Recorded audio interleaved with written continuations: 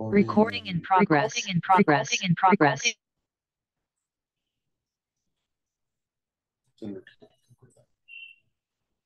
Amount resources to allocate, तो मेरे को number of team member assign to observe, कितने रिसोर्सेज है मेरे को ऑडिट अच्छे से करना है। और ये नहीं ना कि मैं फिर एक ऑडिट है तो मैं 25 लोगों को लेकर के चले जाऊं कि ऑडिट अच्छा हो। मैं समझ में आ रहा है, तो इसके लिए ये सब प्लानिंग जो है वो हो रही है। नहीं तो क्या है, ऑडिट अच्छा करना ज्यादा से ज्यादा आ रहा है इसमें एक रीजनेबल। वही पुराने जमाने की राजा महाराजा, तो उस समय कोई ऐसे नापते थोड़ी थे कि कितना सीमेंट है कितना क्या लगाना है। समझ में आ रहा है, ठीक है। लेकिन फिर भी तो वो सही होता था ना, तो वो रीजनेबल ज्यादा लगा देते थे। आ रहा है समझ में, जहाँ 4 खंबे लगने तो वहां 5 लगा देंगे कि भैया गिरे ना। लेकिन वो क्या हुई, फिजूल बात। ठीक है ना, जितने रिसोर्सेज पहले खर्च होते थे आज से उससे आधे रिसोर्सेज खर्च होकर के उससे ज्यादा बेहतर बन जाए। समझ में ये बात, ठीक है। Such as number of team members assign to observe inventory count at the material locations the extent of it. इसमें हम लोग प्रैक्टिकली जाते थे, पता है तुमको, बिग फोर वगैरह में हर 3 महीने एक स्टैंडर्ड, जिसमें कि ऑडिटर को देखो क्लोजिंग इन्वेंटरी जितनी बैलेंस शीट में आएगी या जो आती है ना, चेंज इन स्टॉक एक बहुत इंपॉर्टेंट मैटर है, जिससे प्रॉफिट डिफाइन होता है। तो जब भी ऑडिट होता है ना, हर 3 महीने में लिमिटेड रिव्यू होता है बड़ी कंपनीज का। तो 3 महीने में, और जब फाइनल होता है ईयर एंड 31 मार्च में, जितने ऑफिस के रिसोर्सेज रहते हैं सबको भेजते हैं कि कहीं ना कहीं इन्वेंटरी काउंटर में जाओ, क्योंकि वो गिनते हैं एक्चुअल में मैनेजमेंट। तो हमारा वहां पर प्रेजेंट होना, उससे क्या होता है, हम कंट्रोल्स कंट्रोल्स आइडेंटिफाई कर सकते हैं कि भैया हमने सही तरीके से कंट्रोल्स वगैरह लगाए कि नहीं लगाए। समझ गए, क्लियर है ना। The extent of review of other auditors' work in case of group audits, audit budget and hours to allocate to high risk areas. मैं ऑडिट ओवरऑल ऑडिट स्ट्रैटेजी वो करते समय ना ये सब बातें तय कर ले रहा हूँ। हाई रिस्क एरिया में कितने लोग जाएंगे, कितने रिसोर्सेज एलोकेट करने हैं, जैसे कि फॉर एग्जांपल इन्वेंट्री काउंट में कितने लोग भेजने हैं, जो कि बहुत रेगुलर मैटर है, बहुत इंपॉर्टेंट मैटर है। ये सब मुझे कब पता लग जाता है, ओवरऑल ऑडिट स्ट्रैटेजी अगर मैं बना लूं तो मुझे ये सब पता लग जाता है। When these resources are to be deployed, such as अच्छा, when these resources are to be deployed, timing, ठीक है ना, extent, है ना, which resources to deploy, where, when, how much, समझ आ रही है ना बात, ठीक है। कितने लोग लेके जाऊं, कम ना पड़ जाए, ज्यादा ना हो। समझ आ रही है बात, ठीक है ना। तो such as whether at interim audit stage और एट की कट ऑफ डेट, है ना। वही ईयर क्वार्टरली जब एंड होता है, ईयर एंड होता है, कैश काउंट करते हैं, इन्वेंटरी काउंट करते हैं, कैश काउंट करते हैं। अब कैश काउंट का ऐसा रेलेवेंस नहीं है, क्योंकि अब तो मेजरली बैंक से ही चलता है। How such resources are managed, directed, and supervised, such as when team briefing and debriefing meeting are expected to be held, how engagement partner manager reviews are expected to take place, and whether to complete engagement quality control reviews. क्या बोल रहे हैं? Briefing और team briefing. देखो, team briefing क्या होती है? Brief करना किसी को क्या होता है? बताना, समझाना, शॉर्ट में समराइज।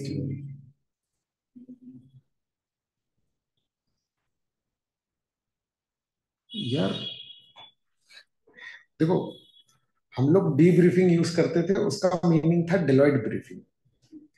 हाँ, एक्चुअली में समझ में रहा है, ठीक है। अब डी ब्रीफिंग कोई वर्ड भी होता है, लेकिन पॉइंट ये कि कोई बहुत भारी बात नहीं। तुम ये समझ गए ना कि हम कौन सी मीटिंग की बात कर रहे हैं। पॉइंट ये है कि हम भी रिसोर्सेज ले जा रहे हैं। रिसोर्सेज किसको बोल रहे हैं? एंगेजमेंट टीम मेंबर्स को हम क्या बोल रहे हैं? रिसोर्सेस। आ रहा है समझ में? जो कि क्या करने वाले हैं? ऑडिट करने वाले हैं। तो उनकी ब्रीफिंग होनी जरूरी है ना, कि भाई लोग देखो, वो जो उसके पहले ऐसे कंधे से कंधा मिला करके नहीं करते हैं, ये वही है। समझ में आ रहा है? ठीक है। और नहीं, इनफैक्ट समझ लो कि मैच स्टार्ट होने से पहले, जब वो कौन सा रूम होता है, मतलब उसको कुछ ड्रेसिंग रूम, वहां पर जब प्रॉपर बात हो रही होती है, अरे समझ में, ठीक है ना, कि भाई देखो आज ये प्लान से अपने को जाना है, तो वो क्या कहलाता है? ब्रीफिंग। समझ आ रहा है? पार्टनर एंड मैनेजर रिव्यू, ये पूरा बिग फोर के पॉइंट, वर्ड उसी, मैनेजर वर्ड उसी में यूज होता है, अरे वहीं से मारे गए हैं सारे। क्लियर है ना? बिग फोर के ही रिसोर्सेज से ये सब मारे गए हैं, उन्होंने बनाए। क्या होता है ना कि उसमें बड़े लेवल्स होते हैं। एक मैनेजर होता है जो कि ऑडिट संभालता है। मैनेजर के अंडर में भी चार्टर्ड अकाउंटेंट्स और आर्टिकल्स होते हैं जो कि एक पर्टिकुलर ऑडिट पे जाते हैं। मेन कौन होता है? एंगेजमेंट पार्टनर, और वो ऑफिस में बैठे रहता है।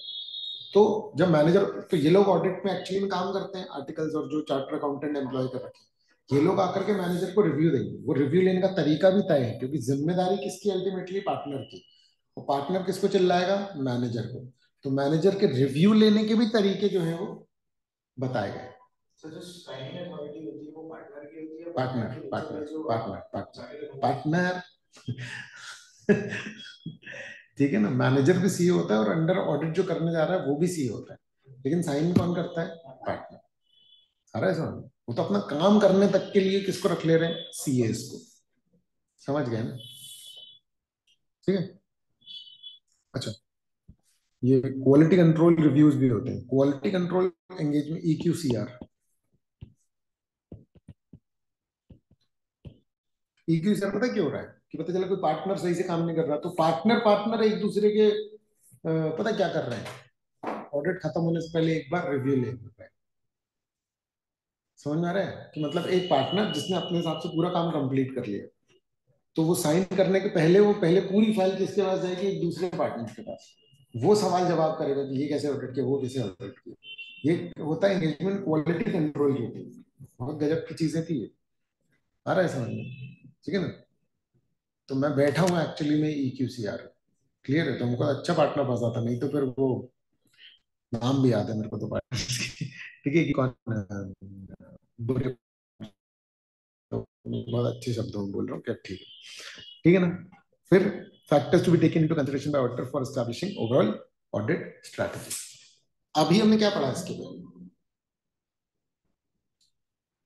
ओवरऑल ऑडिट स्ट्रेटजी से क्या क्या हेल्प मिलेगी? एक तो वो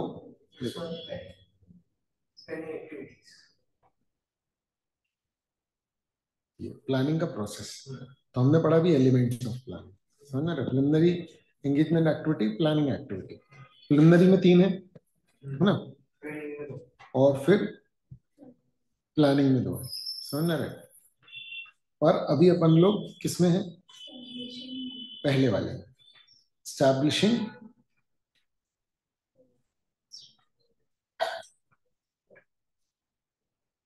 अरे तुमको क्या हो गया अब? सह नहीं पा रहे क्या ये?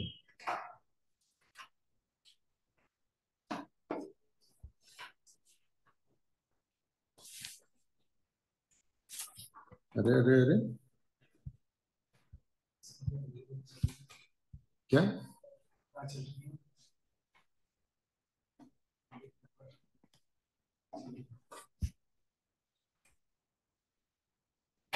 अपडेट अपडेट करना चालू कर दिया क्या? क्या हो रहा है भाई?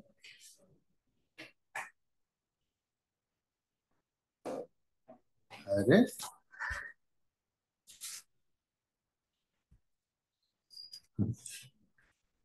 चलो ठीक है, नहीं पता क्या हुआ तो हम लोग पढ़ रहे हैं क्या? हम लोग प्लानिंग एक्टिविटीज में पहला वाला, कि ओवरऑल ऑडिट स्ट्रेटजी स्टैब्लिश करना है। पहला अपन ने पढ़ा क्या? कि क्या असिस्टेंस मिलता है ऑडिटर को। आ रहा है समझ में? ठीक है ना? अब कह रहा है factors to be taken into consideration by auditor for establishing audit strategy. बच्चों एक चीज समझ लो, जो मेरा एक्सपीरियंस है कि जो बच्चे गलती करते हैं ऑडिट का प्रिपेयर करना है, वो है wrong topic selection in your mind. समझ रहे? मॉड्यूल के जो टॉपिक्स हैं वो इतने एग्जैक्ट होते हैं, अरे सर, जिसको कोई बुक या वो मैच नहीं कर सकता। समझ रहे? जो पेपर में आता है ना, अब देखो, अगर आपसे बोल रहा है कि factors to be taken into consideration और आपसे बोल रहा है असिस्टेंस फॉर द ऑडिटर, तो ये दो बिल्कुल अलग चीज है, पर एकदम क्लिक नहीं करती। तुम अगर मान लो कि ये पढ़ोगे ना, मतलब एग्जाम में अगर तुमको इसका क्वेश्चन आता है तो इसका बाइफरकेशन तुम डेवलप कर नहीं पाओगे। समझ में आ रहा है? ये उन कुछ टफ क्वेश्चंस वाली बात है, तो इसको लेकर के इतना परेशान मत होना। इसको लेकर के परेशान होना अगले 1 महीने तक हो लेना, उसके बाद मत होना। समझ में आ रहा है? ठीक है ना? मैं बहुत डेफ्थ वाली चीजें जो बता रहा हूँ, लेकिन तुमको इतना डेफ्थ में वैसे जाने की जरूरत नहीं, मेरी जिम्मेदारी है इसलिए मैं बता रहा हूँ। हर छोटी बात तुम्हें ब्रॉडली जो जो चीजें आती हैं वो ध्यान में रखनी। क्लियर है? ठीक है ना? चलो, तो क्या बातें ध्यान में रखेगा स्ट्रैटेजी बनाते समय? ठीक है ना? Identify the characters of engagement that defines it's scope. तो ऑडिटर जो है वो स्कोप पता करेगा एंगेजमेंट का। ठीक है ना? अगर वेल डिफाइंड स्कोप होगा तो ही एक अच्छी ऑडिट स्ट्रैटेजी बनेगी। समझ में आ रहा है? ये भी ये वाले का ही पार्ट चल रहा है। हाँ, ये भी पहले वाले का ही पार्ट चल रहा है। आ रहा है समझ में? हम स्ट्रैटेजी बना रहे हैं, पहले हमने ये देखा कि स्ट्रैटेजी से होगा क्या, फिर हम ये पढ़ रहे हैं कि क्या बातों को ध्यान में रख करके स्ट्रैटेजी बनाई जाए। ठीक है ना? तो स्कोप का पता करना है। ठीक है? तो स्कोप का पता कैसे कर चलता है? Characteristics of engagement defining its scope, उसका FRF, nature of business segment, है ना, इंडस्ट्री स्पेसिफिक रिपोर्टिंग रिक्वायरमेंट्स। ठीक है ना? और नहीं, expected use of audit evidence of date. ठीक है? मुझे ऑडिट स्ट्रैटेजी बनानी है। ठीक है? उसको बनाते समय मैं किन बातों का ध्यान रखूंगा? एफआरएफ कौन सी नहीं नहीं, कि एंटिटी का स्कोप क्या है, मतलब कौन से कैरेक्टरिस्टिक्स हैं दैट डिफाइंस इट्स स्कोप। मैं इसको ना बना देता हूं।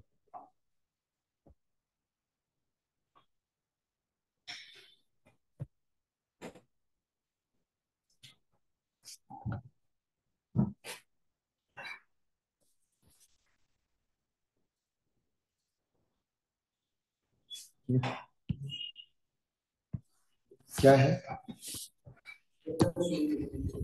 Factors to be considered while making overall audit strategy। ठीक है ना?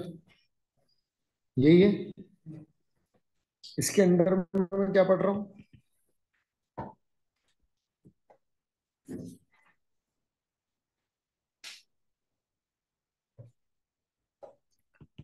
आइडेंटिफाई characteristics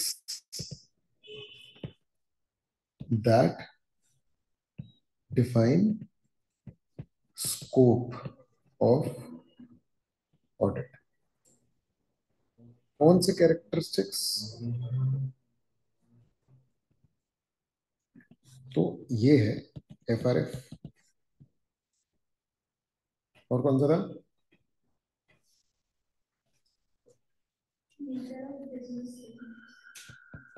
बिजनेस सेगमेंट्स, फिर इंडस्ट्री स्पेसिफिक रिपोर्टिंग, और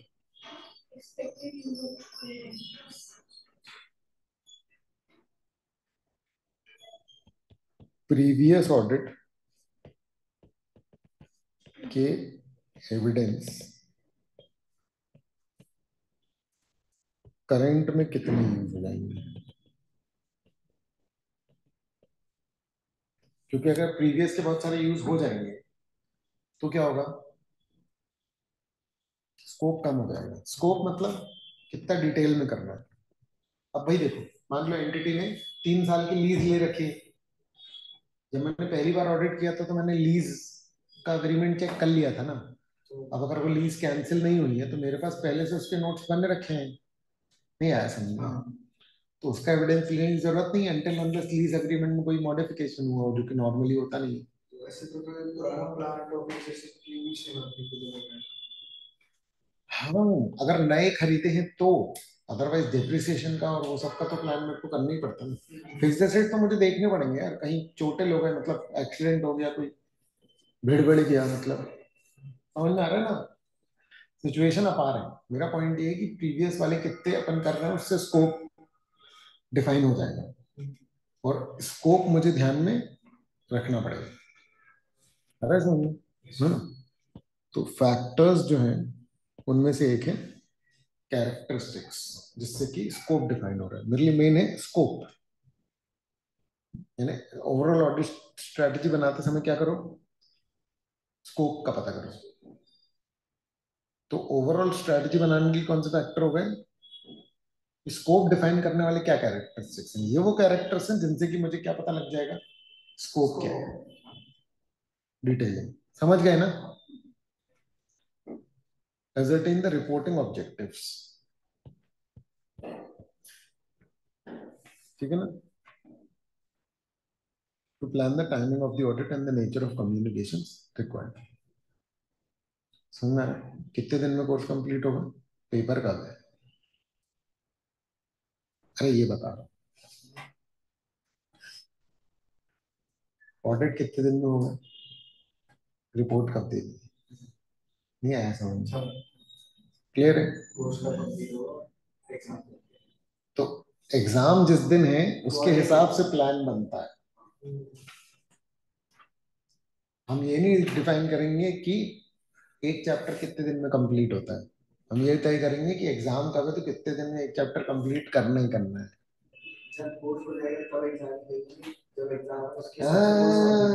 एग्जाम की डेट तो फिक्स्ड है ना। हाँ, चाहे कम टाइम हो तो फिर कम टाइम में ही क्या करना पड़ेगा तुमको, ज्यादा पढ़ना पड़ेगा ना। नहीं आया समझ में? तो प्लान अच्छे से करना पड़ेगा। तो यही है प्लानिंग का main element. Reporting objective to plan the timing of audit. समझे कि नहीं? And nature of communications required. समझे? इसमें चाहे तो लिख लो, है ना? पेपर कब है उसके हिसाब से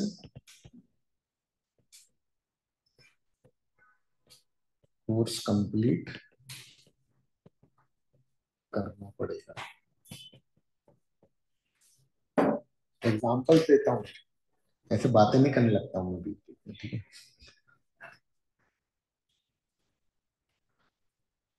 The ascertaining of reporting objective helps the auditor to plan the different audit procedures and also the nature of communication. Some of the instances क्या दिए हुए? Entities time to bill for reporting. Entity देखो, जो भी बड़ी entities रहती हैं, समझ में आ रहा है, वो क्या करती हैं? अप्रैल एंड में उनकी रिपोर्ट पब्लिश हो जाती है। हाँ, सितंबर तक का टाइम रहता है। सितंबर तक आती रहती है कंपनीज की। इकोनॉमिक टाइम्स उठाओगे ना तो तुमको समझ में आएगा, पेपर में ही पब्लिश करवानी होती है। समझ में आ रहा है?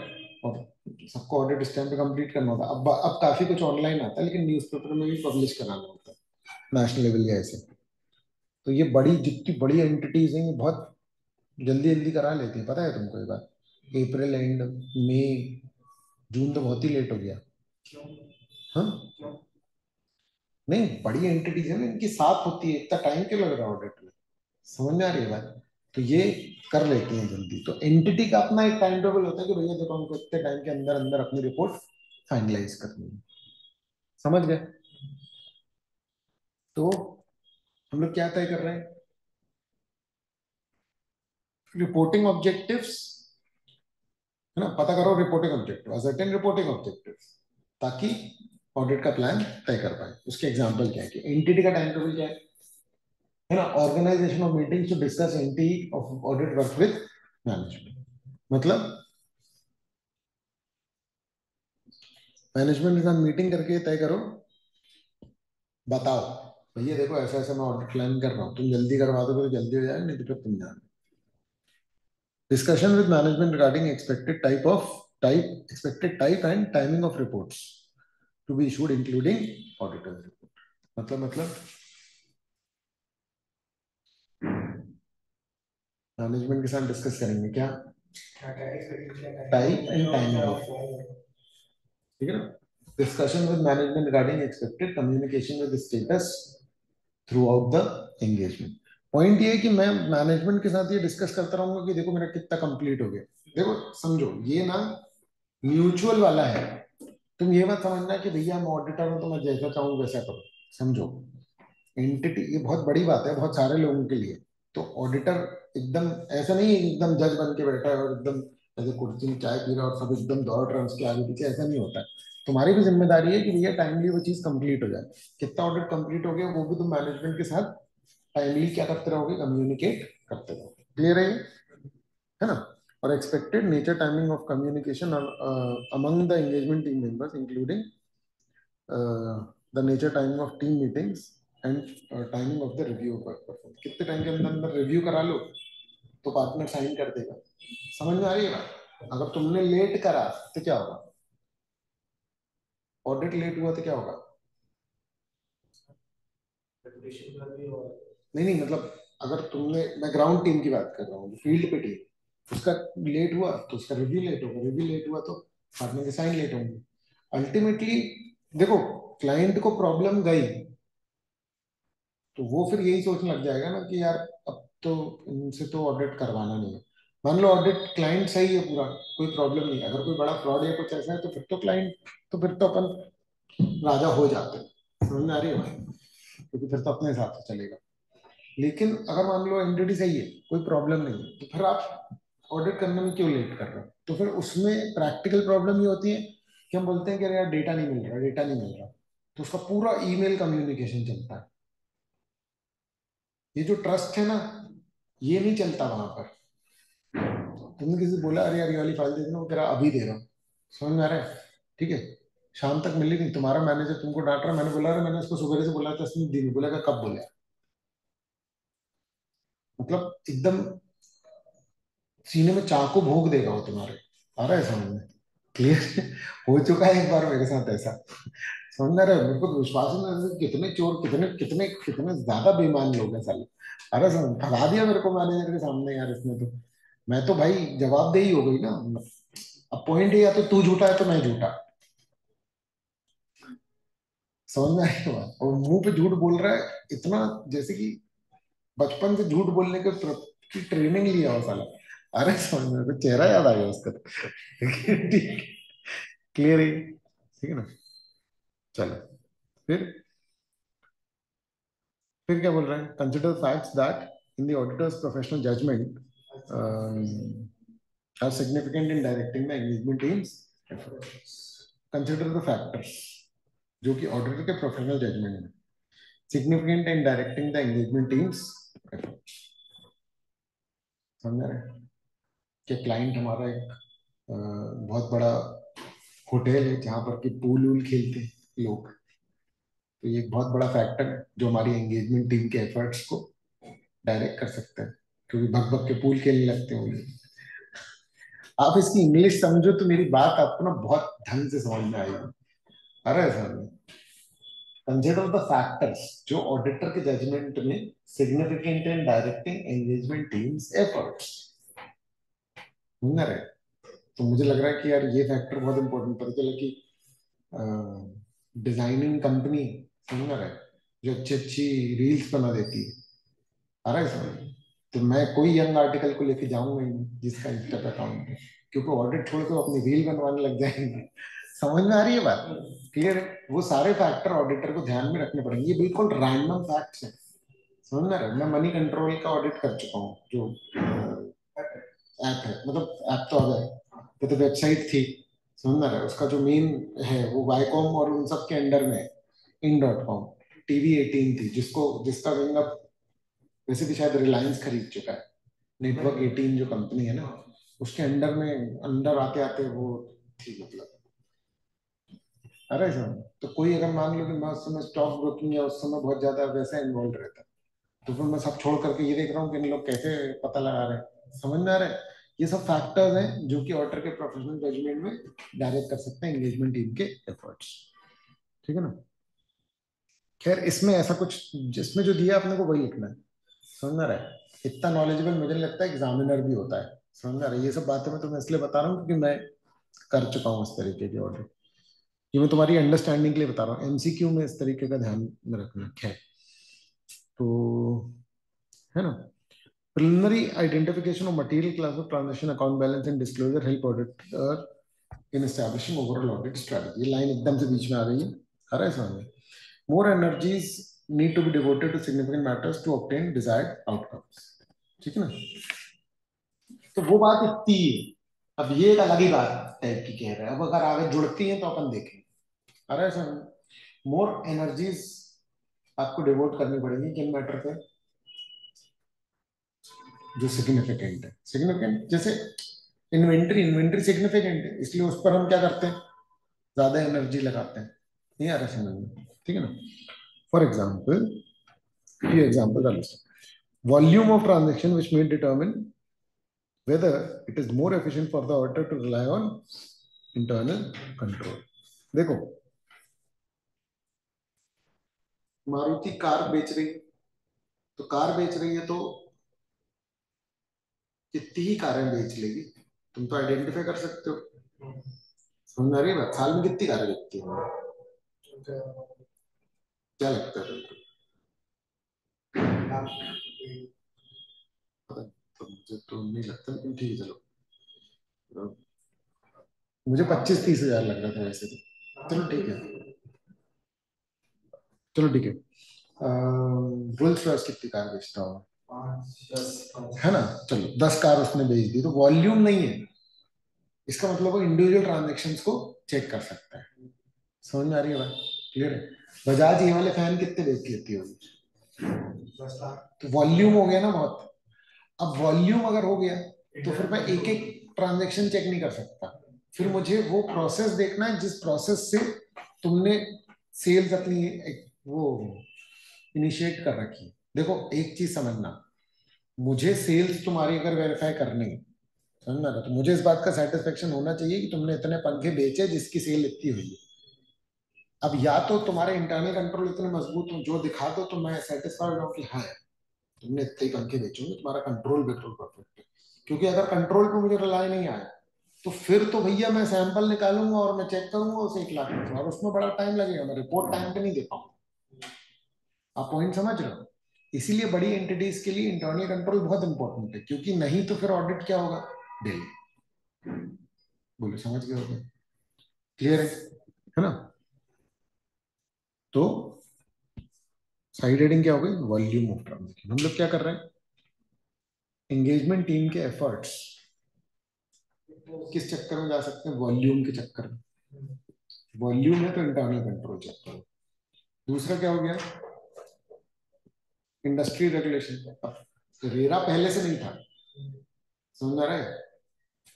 क्लियर है? तो अब क्या हो रहा है, जैसे ही रेरा आया, रेरा सुना है ना आप लोगों ने, real estate regulating authority.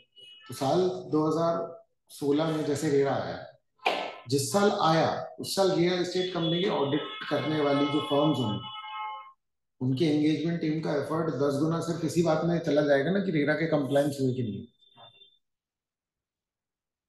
Significant factor which is directing engagement team's efforts।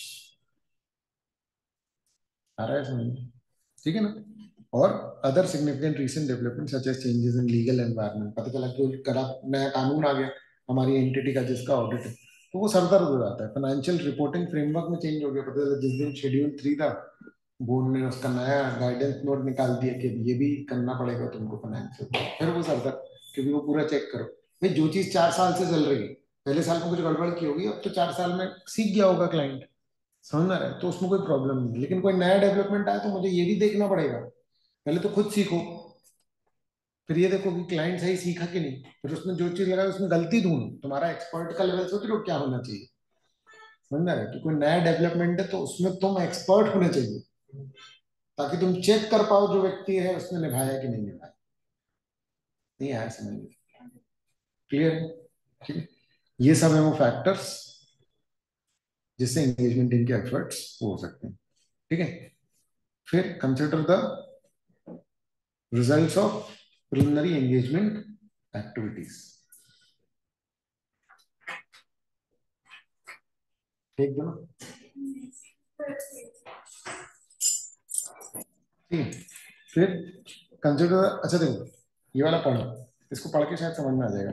Consider the result of preliminary engagement activities and where applicable whether knowledge gain on other engagement perform by the entity for the entities. Same client ने कुछ और work भी मुझे दिया होगा, उस और work का क्या कुछ एविडेंसेस जो मुझे मिले, क्या वो मेरे ऑडिट के दौरान काम आएंगे? मैं क्या बना रहा हूं ओवरऑल ऑडिट स्ट्रैटेजी, उसमें ये सब बातें मेरे काम आने वाली हैं। अरे इसको इसको कंपाइल जरूर कर लेना, समझ ना, चार्ट फॉर्म में या किसी भी फॉर्म में, मैं तो कर ही दूंगा तुम्हारे लिए। क्लियर है ना? लेकिन वो जो पहला पॉइंट है उससे ये जो डी पॉइंट है ना, तो ये किसका डी पॉइंट है मतलब, है ना, उसको कवर करते चलना। हर बार जितनी बार तुम हेडिंग बोल लोगे दोबारा, उतना तुम्हारा कंफर्ट आ जाएगा। ये सब तो तुम लोग पढ़ ही चुके होगे ना वैसे।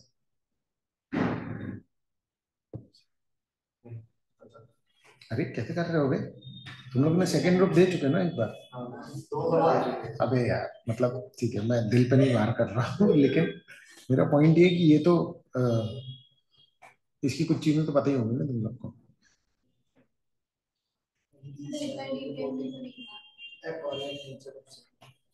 याद नहीं था लेकिन इतना याद है कि हाँ पढ़ा होगा। तो फिर सही हुआ मतलब। ठीक है चलो। ठीक है, considering result of preliminary engagement activity. अब देखो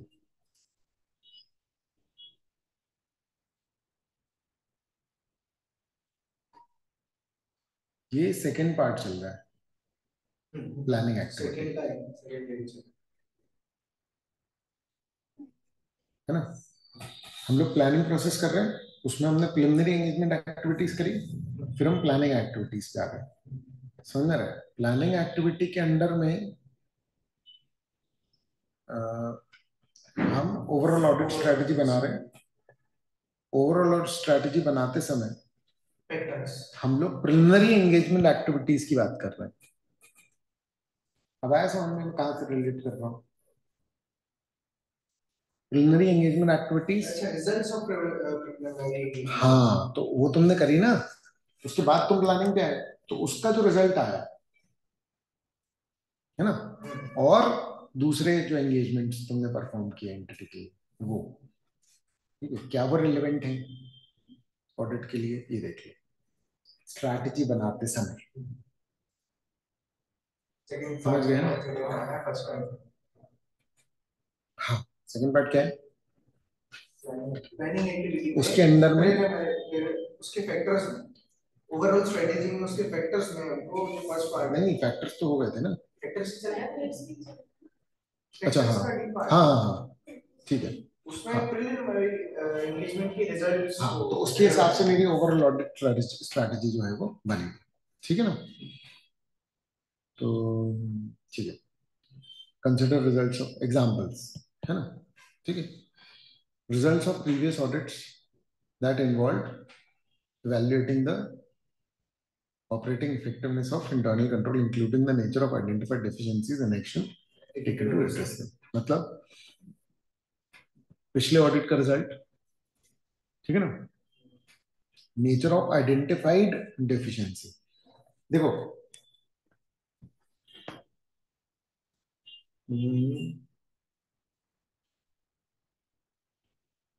चलो कुछ अच्छा एग्जांपल नहीं मिल रहा, मैं ऑफिशियली ले लेता हूँ जो तुम्हारा इसका।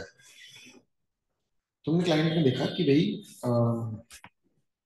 एक लेजर का अमाउंट गलत है, अरे समझ, ठीक है ना, तो तुम करेक्ट करवा दो, कोई प्रॉब्लम नहीं, क्लियर है, ठीक है ना।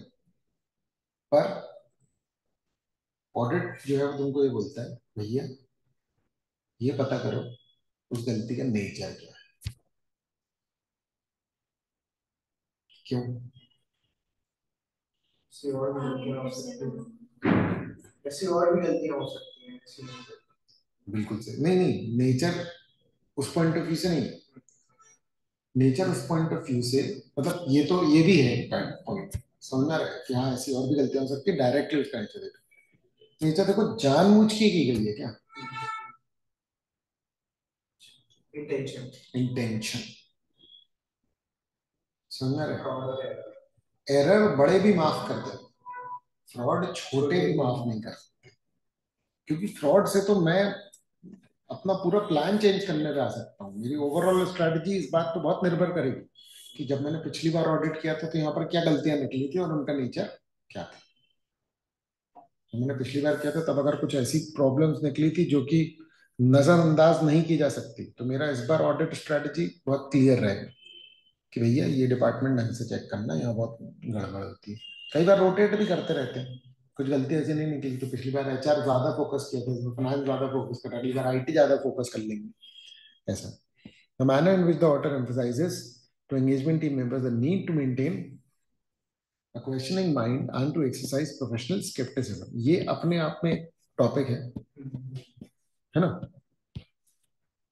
प्रोफेशनल चौकन्ने कैसे रहते हो आप, आ रहा है समझ कि प्रोफेशनल कॉशियसनेस, हाँ, always have a questioning mind, समझ में आ रहा है। डाउट मत करो बट बिना क्वेश्चन के कोई चीज एक्सेप्ट मत करो, आ रहा है समझ, मतलब नेगेटिव मत सोचो बट पॉजिटिव भी मत सोचो, क्लियर है, बिल्कुल न्यूट्रल। इस पे सबूत मिला तो ये सही है, समझ में आ रहा है। ये अमाउंट, इस अमाउंट पे मेरी कोई ओपिनियन नहीं, तो मुझे सबूत दे दो मैं उसको सही मान लूंगा। तो मुझे सबूत देने में बहुत देर लगाओगे, आना कानी रखो करोगे, मुझे डाउट आने लग जाएगा, समझ में आ रही है बात, ठीक है ना। चलो, ascertain NT of resources necessary to perform the engagement। ये देखो, अब ये NT बहुत बार आएगा, पर ये NT का आएगा ऑडिट प्रोसीजर का, NT का आएगा रैप का, NT का आएगा रिसोर्सेज, समझ लो।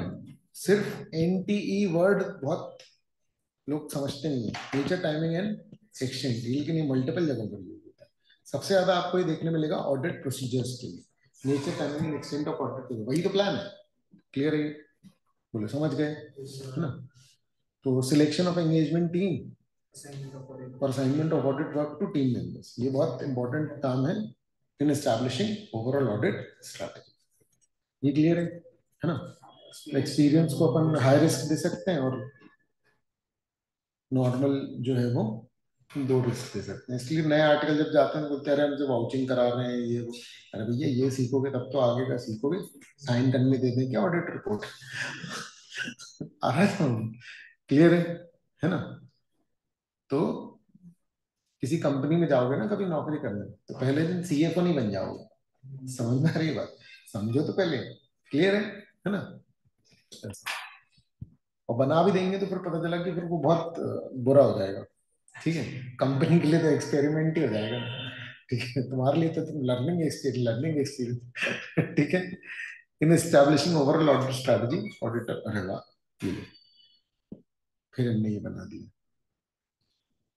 तो तुम्हारे तो यार मुझे लगता है कि नोट्स बिल्कुल, मॉड्यूल ने इस बार बहुत एकदम बढ़िया से तुम्हें नोट्स नोट्स बना करके दिए।